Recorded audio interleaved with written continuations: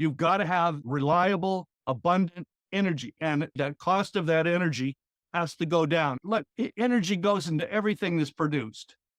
20 to 40% of the cost of a car is the cumulative energy that goes into producing that car up and down the supply chain. The factory, the mining, 20 to 40%. Urban infrastructure. Energy is about 40% of the cost of urban infrastructure. Think of concrete. It's a very energy intense process. A steel mill. To build a steel mill, 60 to 80% of the cost is in the energy. So if we can bring the cost of energy down substantially, it has an effect way beyond our electric bill or the cost of gasoline at the pump. We're going to have to make capital investments.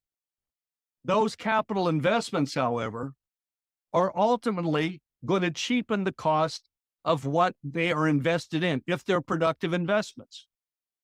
So with energy, if we're building out coal, natural gas, nuclear, and then fusion power plants, we're going to be reducing the cost of electricity, reducing the cost of energy to the grid, and reducing the overall costs of energy, including, process heat used as feedstock in the chemical industry. Will we bring the cost of all those things down?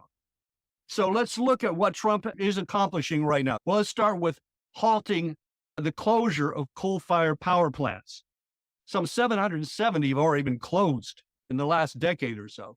Another 120 are slated for closure over roughly the next 5 years. This has destabilized the grid. Clean coal is what we're talking about. So let's look at this. Georgia Power, Duke Energy are pushing back on retirement dates for their coal plants. PacifiCorp out in the Northwest says they're going to keep burning coal now until 2045. Rocky Mountain Power, that's Wyoming, likewise. So that gives you an idea of what's occurring on this.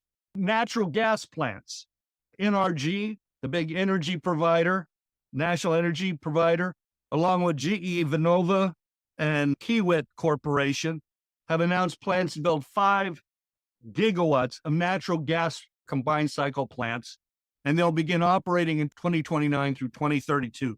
5 of them. LNG Alaska will provide natural gas to Alaska, but also for export. And then the lower 48, crude production.